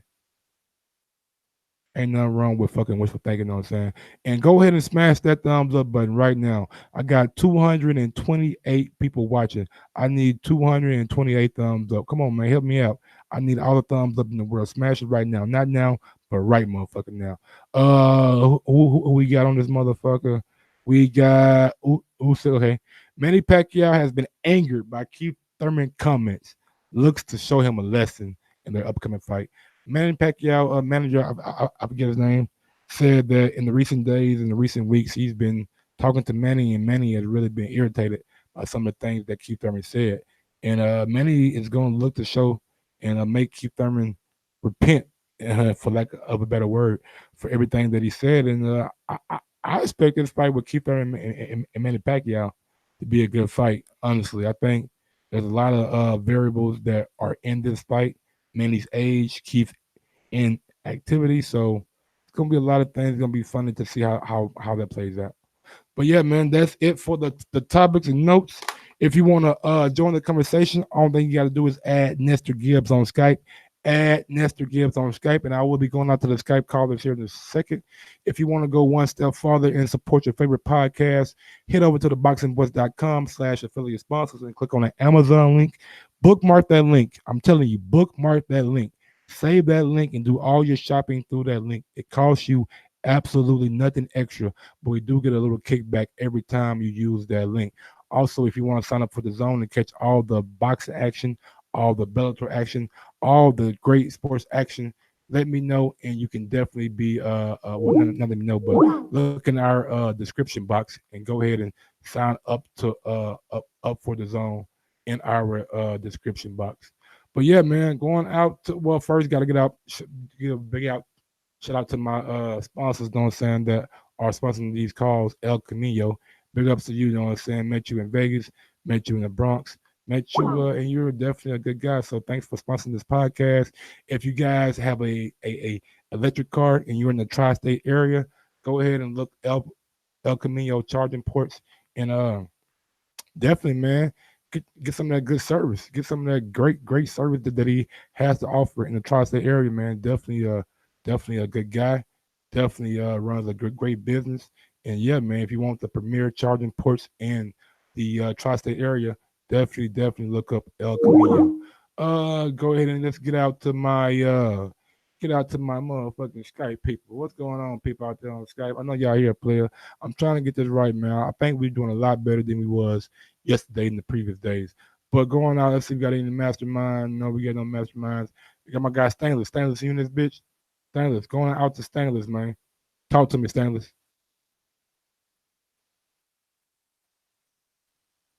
Yo, Stainless. Going out to you, Stainless, going once. Stainless going twice. All right, we'll come back out to Stainless. Going out to my guy H Money. H Money from the Zone. Talk to me. H Money, talk to me. You on mute. What's going on? It's your boy H Money, Mr. Dazn, the Boxing Voice 2019 Rookie of the Year. And Mike, we've been having great fights every week from Dazn. And for the $100 for the whole year, you can't beat that. I mean, we can't name another app or anything that's putting on fights like Dazn. ESPN Plus, they're not putting on no fights like Dazn. They got Tyson Fury versus Schwartz next week. You can't compare that to the biggest fight of all time, Anthony Joshua versus Andy Ruiz, when DAZN made history at 12 million views in a week. This is amazing. And I got to shout out the Boxing Voice for always speaking good of DAZN and giving me a chance on this platform, because this is the biggest platform in boxing right here. And Mike, I just want to talk about Devin Haney once again, calling out Lomachenko, going for the #1 spot. I just want to tell Bob Arum and Lomachenko, keep that same energy with Devin Haney that you had with Gervonta Davis. Because Devin Haney, he's 5'9", and he got a jab, and he got movement like Roy Jones and Floyd Mayweather Jr. And he is the protege of Floyd Mayweather Jr. Not Adrian Broner, a bum, a fake. Not Tank Davis, who can't make weight. I'm talking about Devin Haney, who been training with Floyd Mayweather Sr. since 8 years old, Mike. And I'm just speaking facts. And next week on DAZN, we have the money team. We have Andrew Tabiti, who trains with Floyd Mayweather Sr. once again. So everybody tune into DAZN and watch the money team next week on the World Boxing Super Series. I know all my boxing, and I challenge anybody to a debate. I heard they got a Mr. PBC now. I challenge Mr. PBC to a debate live on the Boxing Voice any day. Pick a date and let's put some money on it, because I'm H Money. I got that DAZN money, baby. I got that DAZN money. You heard me? Let's do it. Already, H Money, man. Thanks for your call. Going out to Liz Lowe. Liz Lowe, talk to me.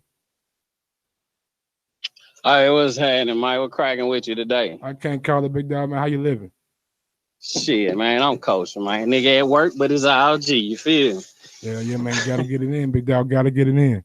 Kids gotta 100. eat, right? Hey, real quick, I want to ask H Money something. Shout out to H Money.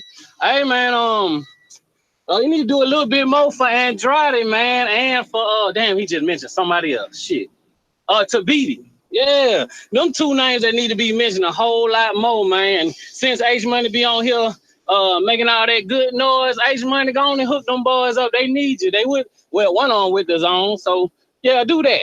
All right. So that dude Ali Akhmedov, man, I want to see him go against Colin Smith. It's too soon, man. It's too soon, right? No, I dig. I ain't saying right now, but I'm saying, shout it. The way them two technicians fight, man, that's gonna be a great ass match, dog.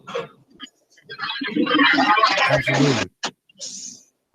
And shit, I think that's mostly what I had. I just really wanted to call in about them super middleweight, because I'm like, soon I seen Akhmedov, I'm like, yeah, him and Colin Smith gonna be a good ass match. About Gennady last night. Well, Gennady, he did good, but he got tagged a little too much. That's why I was calling in for Andrade, because if Andrade will tag him like that, I don't know if he gonna goddamn get up out of there, shout it. You feel me? Because Andrade gonna bring that power, so he showed a little something that he can be touched. You know what I mean? Not just by Canelo, but by anybody who got some power and some quick hand. But shout out to dude who tried, you know what I mean? Yeah, man. Shout out to my nigga Steve Rose. He showed try. He gave him a good fight, man, for as long as it lasted. But Gennady power, man. I guess the power is kind of real, because he just knocked out well, not legitimate, but a full-fledged middleweight. Yeah, but he did all right. He just gotta watch. He can't take too many of them hit, man, because somebody else got down, put him down. You feel? Already, Liz Low, man. Thanks for calling in, brother. We appreciate it. Going out to my guy, Joseph Barrios Garces, the Border Wars 6 contestant, man. He seemed like he's ready. He's big time ready. What's going on, Joseph? Yeah, we get there, man. We getting there. Shout out to you, Mike. Appreciate you bringing me on. Say, man, Triple G, he got tagged a lot, but I didn't think that was because Steve Rose was necessarily that, catching him. I think, Triple G just didn't really feel the power. But I will say this. Golovkin still doesn't seem like he reacts well to them body shots, man. He does if you not. watch the fight He back, does not. when he was hit with some good body shots, he just, you saw it, Mike. He just like, his reaction to those ain't good. And we know that Canelo's a vicious body puncher, which is why I feel like if there's a third fight, I think Canelo will go ahead and stop him at this point. Whoa. You think Canelo will stop Triple G the next fight? To the body. Okay. And also, when you go to Triple G's body, that kind of is where his power, it carries, but then it doesn't. If you notice, against Jacobs, against Canelo twice, he like with Wilder, Deontay Wilder has that power that if he hits you at any moment, at any time in the fight, it's you're gonna notice. With Triple G, if you wear that body down like Jacobs and Canelo did, it takes away a lot of the strength he has. So he's got a granite chin, but I feel like a body shot will put him down. A liver shot, one of them type of deals. And but to be honest, I don't see Canelo taking, unless he's gonna fight again in December. I don't see him taking another tough fight this year. He just had the fight with Jacobs. We know kind of his normal pattern of fights. So, but who's to say? We'll see what happens. But I wouldn't be surprised to see a Lemieux or somebody like that. Not a big fan of mine, but we'll see what happens, man. That's my call. I'll let you know if I want to boomerang back, bro. Yeah, man. Let me know if you want to use that boomerang. Going out to my guy, Stainless, man. Talk to me. Yo, Stainless. Stainless going once, man. You just listened tonight? Stainless going twice. All right, Stainless going 3 times. Going out to Alex Lemon. Alex Lemon, man, talk to me. Mike. What's up, big dog? How you living? What's up with it? You guys see my boy last night, man? I seen him, man. I wanted a little bit more from him, though, but I understand he's still young. He's still developing, so I can't really be as critical as I am with other fighters because he's only 18. And for an 18-year-old to be a co-main and have that kind of pressure on him last night, he definitely showed up. Check it out, man. He's 19 years old. Second co-main event. Just graduated high school. Man, he showed fundamentals last night, man. Technique. The blocking, because the dude he was fighting had a hard head, man, because he was taking shots. Because Lil G delivered shots to him, man. He delivered shots to him, and then what I liked the best was that the dude was trying to counter him, and I seen it multiple times, man. When Lil G, he keeps those gloves up, man. Keeps that phone to his ear, man. Even right after he throws one, he brings that back up and blocks all those punches, man. Look, because dude was trying to counter him. But the footwork, the head movement, and the focus in the ring, like, because when someone hits you, you've been in the ring, Mike. When somebody hits you, you know what I'm saying. You get that adrenaline rush. You get all that anger that you start swinging. Yeah, right. And you start being reckless. And that's one thing I didn't see. I did not see with him, man. He stayed focused. He was sharp, man. I think, and it's great getting those rounds in because, like you said, they're bringing him up. He's getting battle tested, and I liked everything I saw, man. I even seen him take a few, and didn't even mess with him at all, man. He has a chin. He's showing everything he needs to show. To all the boxing fans that are, critiquing everything. What else do you want to see?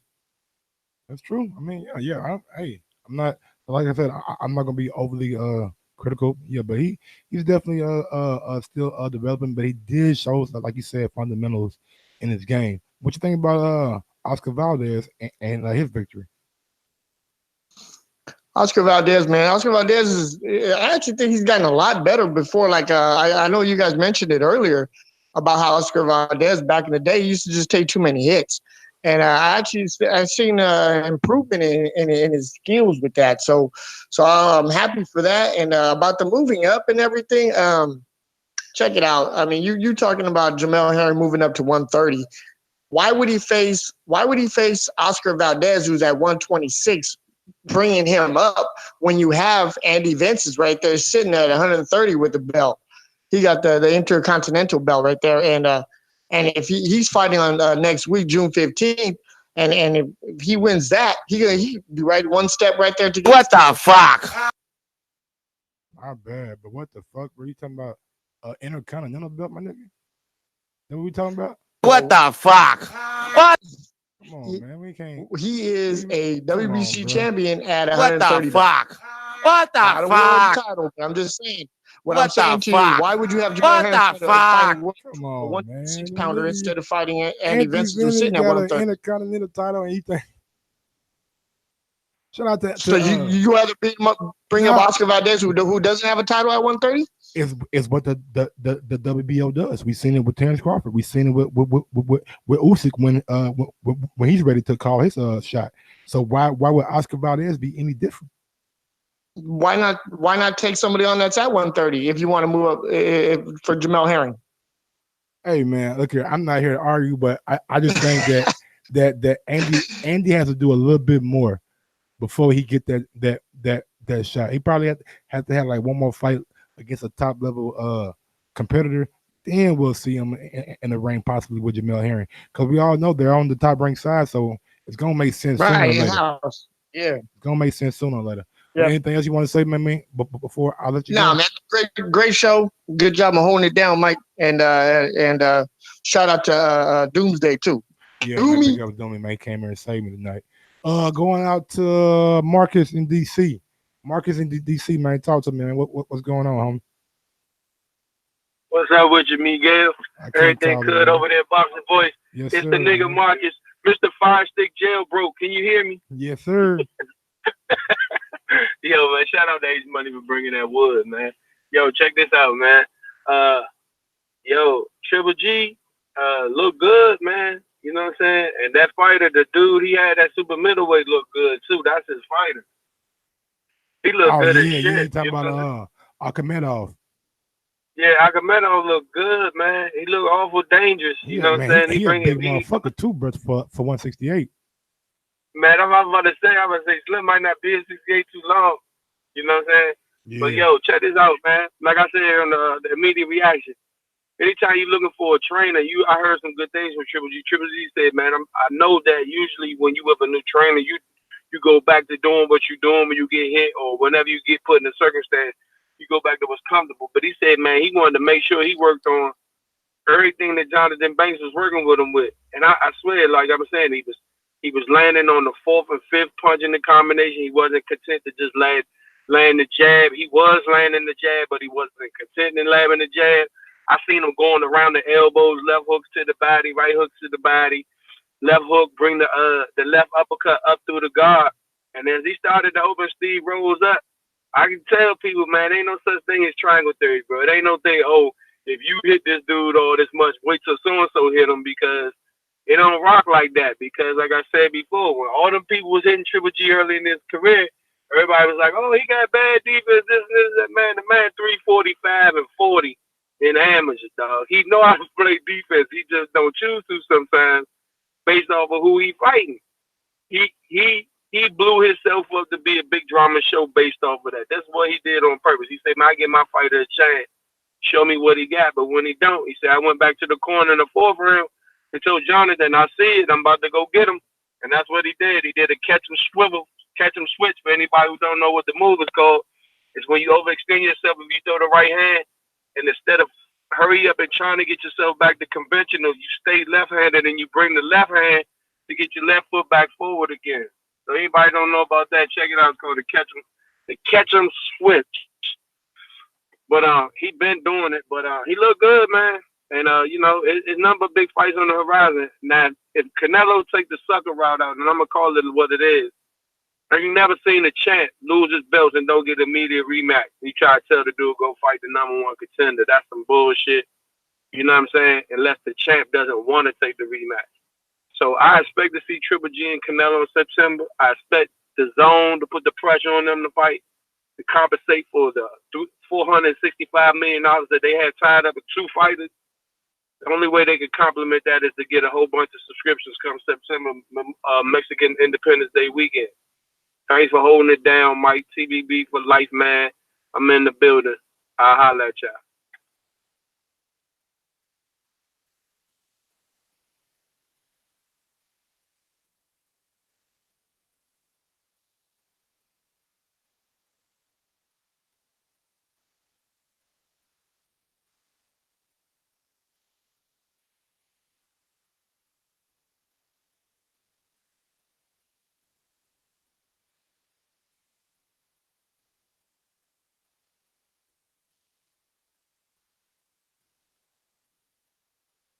Yo.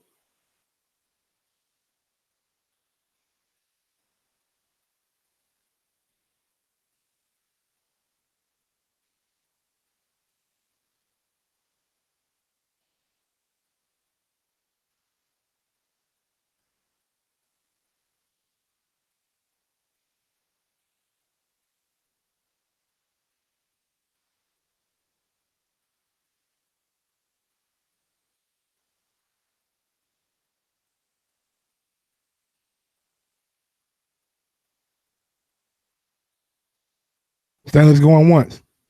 Stanley's going twice. Yo, I'm here. Talk to me. My bad, my came in. motherfucking volume I don't know down. what was Fucking, going on right fucking cord got on my fucking volume and shit. My bad, y'all. Oh, it's all good, man. Like they saying, man, you holding it down. That's side of town. You holding it down, man. So we Nigga, I was talking for like 3 minutes straight, nigga, and then realized my fucking audio won't connect. Hey, man, it's a what they say, a teachable moment. Hell yeah, That's definitely a motherfucking teachable moment, nigga. I've been calling out Heaven Sent. I was calling out Dominic and everything. I ain't see the Valdez fight. I did catch the Triple G fight. He looked good, man. I mean, yeah, he older, of course, but he looked good. You know, he did the things that I wanted to see from him, which was, and this is no knock against Abel Sanchez, but there was a lot of stuff that Triple G was doing with that classical European style that he stopped doing when he got with Abel Sanchez. And these things were not so much fundamentals, but like Marcus was talking with that catch him switch, You know what I'm saying? Like, yeah. He's really good at shifting, and I haven't been seeing that from him at all, like in the last couple of years. So to actually see him doing that again and getting back to those fundamentals that he has, that was great to see. Unfortunately, I'm probably like on a short list here, but I'm not one of those that want to see that third fight between Triple G and Canelo. I didn't like the first one. The second one didn't pull me in. So why would I want to see a third one? These cats need to fight these other young, hungry lions, you know what I'm saying, instead of turning them away. If you ain't going to fight each other in that immediate rematch, because Marcus is right about that, though. You know what I'm saying? Like, you're supposed to get a champ in the immediate rematch, and he didn't. You know what I'm saying? Y'all not going to fight each other, and I need to see Andre in that mix. I know Charlo BBC, but I need to see Charlo in that mix. You know what I'm saying? Charlo willing to fight Canelo in Mexico. You know what I'm saying? So I'm tired of them excuses on that side of. You know what I'm saying? Dazn, it's time to step it up. H Money, talk to your people. Goddamn right. It's time to step it up. You know what I'm saying? Like, right. You know what I'm saying? Y'all wanna give all this talk about the top ranked diet. The fuck PBC over? I mean, what the fuck Dazn over there doing right now? Because they doing the exact same thing. You know what I'm saying? And they marketing it like because it's an A-side fighter, it don't matter who they fight. I gotta see, and I'm a Triple G fan. Like Triple G kind of what got me back in the box and seeing this dude with that knockout streak. I'm not trying to see this dude fight no more prospects and people that's 18 and 0. You know what I'm saying? Like it's time for the step up in competition. Fight Andre. You know what I'm saying? Fight somebody. Charlo. You know what I'm saying? We know, nigga. You know what I'm saying? Fight somebody significant. Not keep on doing this round robin with just you and Canelo and then some prospects. Like if I gotta see one more Rocky Fielding fight, man, it's gonna be an uproar, you know what I'm saying, in Detroit and in Nashville, because we can't keep going through that shit. You know what I'm saying? We keep talking about what we will and what we won't accept, and then we keep accepting this bullshit from Dazn. You know what I'm saying? Like I signed with Dazn when they first started. I was supposed to get carried over to the $9.99. I'm still getting charged $20 a month. So you know what I'm saying? They ain't winning no fans right here. You know what I'm saying? And if you want me to keep investing my money because all I watch is boxing, you need to give me some good fights. You know what I'm saying? I mean, last week's fight, you know what I'm saying, that was a great fight because none of us expected that. But all of us, none of us were excited about that fight. You know, nobody really got up for it. You know what I'm saying? So if y'all want us to keep investing this money, man, you talking $20 a month, $100 a year. You know what I'm saying? That's my money is my money. And if you want me to spend it with you, then you need to make sure your product on point. Goddamn As right. always say, man, please make sure you push the thumbs up and share this in every episode of the Boxing Voice podcast, TBV for life. If you ain't on Patreon, you stupid. Doomsday, man. Thanks for coming through, brother. It's always good to hear your voice. Mike, thanks for holding it down. Y'all know me, man. I got to get back to work. Going out to Heaven Sent on Skype. Talk to me. Heaven Sent, talk to me. Heaven Sent, talk to me. What's going on? What up? What good up? with you, Mike? I can't call it, man. Shit, trying to get this work in. You know what I'm talking about? How you feel tonight? I'm good. I'm good. Let me say, good job to Israel Madrimov. Young cat looking good, man. Only thing I wish he stopped doing is trying to force the knockouts so much. You know, it seems like he's trying to live up to that little Triple G bill. And he's starting to kind of hear that a lot, so he's trying to force it. So I just want him to pace himself, you know, and then let the knockouts come to him because they're going to come because the motherfucker can crack. Shout out to, what's his name, Ceballo. He looked good, boxed great, moved great. Yes, sir. You know, he showed a lot of potential, you know, real slick, real good leg, real good upper body movement, you know, stand in the pocket, unafraid to trade. I'm interested to see how his career goes in the future.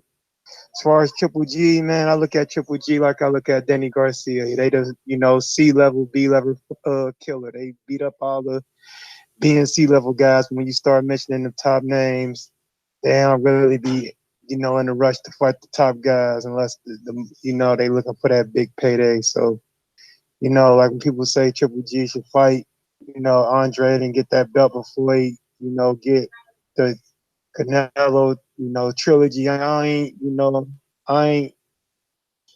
don't mind that. You feel me? Because there's guys that's been waiting on that Canelo fight. So you think Oscar and Canelo are well within their right to say, Triple G, go get a belt first, then we'll fight you. We ain't fight you unless you got a belt. Absolutely. Because at this point, what are they getting out of fighting Triple G? They getting guaranteed They just money. got 300. But hold on, do you think that the zone gave them that money, not letting them know that, hey, we want that fight? No, they ain't give Canelo that money. Hell no. They know Canelo gonna put up numbers no matter who he fights. Nah, bro. They gave him that money knowing that Canelo team knew that Triple G trilogy was gonna be in there somewhere. The zone ain't stupid. What's the two biggest fights that the zone done had, right? Ain't them the two fights Canelo's been involved in? Yep. Yeah, exactly. But and you how gotta many of imagine those though, fights with involved a Triple Gennady G? Golovkin and Canelo, bro, that's gonna draw in all the casual people because the casual people know about it. It's already been 2 fights. I agree, but why can't he? But if I'm Canelo, why do I fight you again? You ain't bringing no belt to the table. You ain't put yourself into a mandatory position.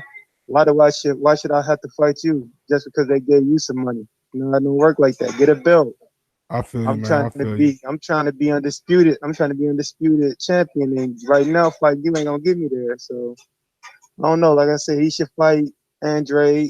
Canelo should go ahead and fight Charlo because the fact Charlo ain't got his shot yet is ridiculous. You got guys like Brazil getting mandatory shots from the WBC, Stavern getting his mandatory shots from the WBC, and Charlo sitting there ain't got his mandatory call yet. That's pathetic. So I think Canelo should go in and take that Charlo fight. Triple G should take that WBO fight against Andre, try to get that belt, and then he can try, if he can beat Andre, then try to unify. That's the way I should like to see it. Already, man, big dog. thanks for holding it down, bro. All right. Let you. Going out to Dominic in Seattle. Dominic in Seattle, man. Talk to me. Hey, what's good? What's good? What's up, man? Hold on. Let me try to get this speakerphone. All right. Rod 870. Rod 870. We'll come back to you, Dominic. Rod 870. Talk to me. Hold on. Hello? Yes, sir. Hey, what's up, bro? I can't call it, big dog. Yeah, I want to talk about the Tyson Fury deal, man. That's the only thing I want to talk about. Here we go. So Tyson Fury, he's the greatest of his era. He's the greatest of all time. He did this to Deontay Wilder. He beat Deontay Wilder 10 out of 12 rounds, although he averaged 5 or 6 punches in the first 2 or 3 rounds of the fight, and Deontay was being the aggressor. And from what we've always been told, when European fighters are the aggressor and the black fighters are sitting back and trying to counterpunch, they win the rounds because they're aggressive. But hey, whatever floats anybody boat. Tyson Fury saying that he's the greatest of this era. How the fuck can you be the greatest of this era when you haven't fought in 2.5 years? Then you come back and 3 of your 4 fights have been against guys who are not even in the top 30 of heavyweights. Like, come on, man. Deontay Wilder last 3 fights were Luis Ortiz, Tyson Fury, and Brazil, who was top 10 before Deontay KO'd his ass. And now his next 2 fights, Luis Ortiz, top 5 guy, and Tyson Fury, top 2 guy. And then after that, he's probably going to fight the winner of AJ and Ruiz fight. He's probably going to have to take on Dillian Whyte, another top 5 guys, are mandatory. So Deontay Wilder is finna take on 5 or 6 or 7 fights in a row of top 10 heavyweights, top 5 heavyweights, and this dude running around fighting Swartz and Dortz and Smurfs and trying to call himself the best. Then again in the Deontay Wilder fight, what motherfucker going around having a parade, bragging, hooping and hollering and shit about how he won and got knocked on his ass twice? That shit is crazy as hell to me. And then everybody just ignored the fact that his ass got knocked out in the 10th round. And I mean, the 12th round, and it pretty much somebody was showing me, they put side-by-side clips of how they waved off the Brazil fight. And although I do agree that Fury got up and he had his legs under him more than Brazil, but still, you could call it a 10 count, 10 seconds, whatever the fuck you want to call it, but it's fucking to 10. And he was down for 10 seconds. He got 12 seconds to get himself together. So I just look at this dude and he's just like a fucking joke to me, Mike, because it's like you come back, you fighting top 50 guys, you fight Deontay Wilder, hey, you give him a good fight because you have an awkward style. In the last 4 rounds, he figured your ass out and he dropped you twice, and then all of a sudden in a rematch, you got a contract on the table and you don't take it. You need 2 or 3 tune-up fights, but you the best of your era. That's my call, man. Alrighty, man. Great call, Rod. 870. Going back out to Dominic in Seattle. Dominic in Seattle, talk to me. Yo, what's good? This is Mr. PBC. Mr. PBC, my bad. Yeah, still Dominic though, but Mr. PBC, hey, I talked to Dazn one-on-one, man. He said, Mr. Dazn, he said, all TBV does is talk about Dazn. I'm like, bro, we talk about what they don't do. We talk about what PBC does. Who be calling this channel every once a week and talking to you guys for 2 hours? Deontay Wilder, PBC. Come on, man. The Zone's last fight on Saturday was trash. I don't want to see Triple G fight Rolls. That's sad you guys have to pay $20. I watched that shit on my Fire Stick for free. God damn. So that's my call. Well, let them know how you feel. Dominic in Seattle with another great call. All right. I think we got to everybody on that list. Let's get out of that. You know what I'm saying?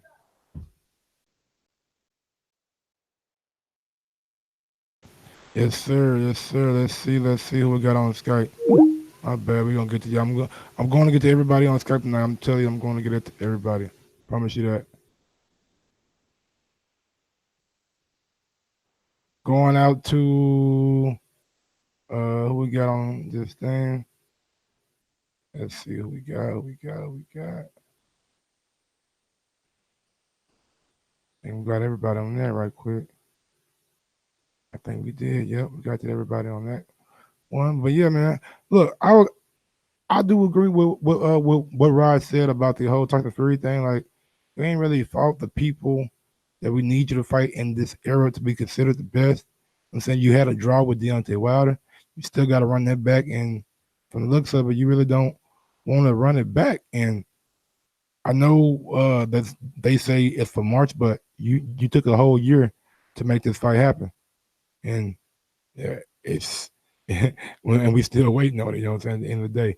If you want to call in, add Nestor Gibbs on Skype. Add Nestor Gibbs on Skype. If not, then shit, that is our show for the night. It wasn't a great call, Wayne? Damn. You're a hater, Wayne. Call in then, Wayne. You know what I'm saying? It wasn't a great call. You called in with a great call. Or you don't. Because you know what? You never do. You're a bum. Never call in Never will call in. But yeah, man, follow us on our IG, the Boxing Voice. Follow me on IG at Gross1911 or on Twitter at Gross2312. Yeah, man, another show in the books. Thanks for everybody that called in. Thanks for all the callers that called in. If I didn't get to your call, I do apologize. If you're listening to me right now, go ahead and try to call in on the last little bit. I'll definitely get to you. But other than that, Triple G, Rose, I'm glad Triple G didn't play with his food. I'm glad he got him out of there the way he should have and not let it linger on. But he did get caught with some good shots in that fight. Rose had some success. So Triple G and Tony Banks gotta get that together. But at the end of the day, first fight with Banks. So second fight should be better. And we'll see if the Canelo and Triple G trilogy is next on Dazn. Also, big ups to Oscar Valdez for retaining his title. Big ups to everybody out there in the chat, man. Who out there in the chat? Jimmy, big ups to you, Susan, Loma King, OTKP, what's going on? Kaz, what's going on? Wayne, what's going on? Giving for quality, what's going on? Loma King, what's going on? Dr. Mufunga, what's the business? Ego Beard Oil, wow, what's going on? Jimmy J. Him, what's going on? Ben Punchetti, what's going on? Boom, what's going on? Everybody out there in the chat, Muhammad Ali, what's going on? Dr. The Warrior, Pugilism, Nino Brown, what's going on? Lives Gavi. Everybody out there in the chat, man, that's been showing love, go ahead and smash that thumbs up button before I get up out of here. I'm trying to leave people some book room to call in. I think it was one guy that I should have got to that I didn't get to, but he's not on the call no more, so I can't see it. Sorry, big homie. Wasn't able to get to you, but we'll get to you tomorrow morning. I am your host, Michael Gross. Follow me on IG, Gross1911, or on Twitter at Gross2312. And yeah, man, y'all have a good night. Be safe. Live it up. Peace up. The Boxing Voice. Yes, sir.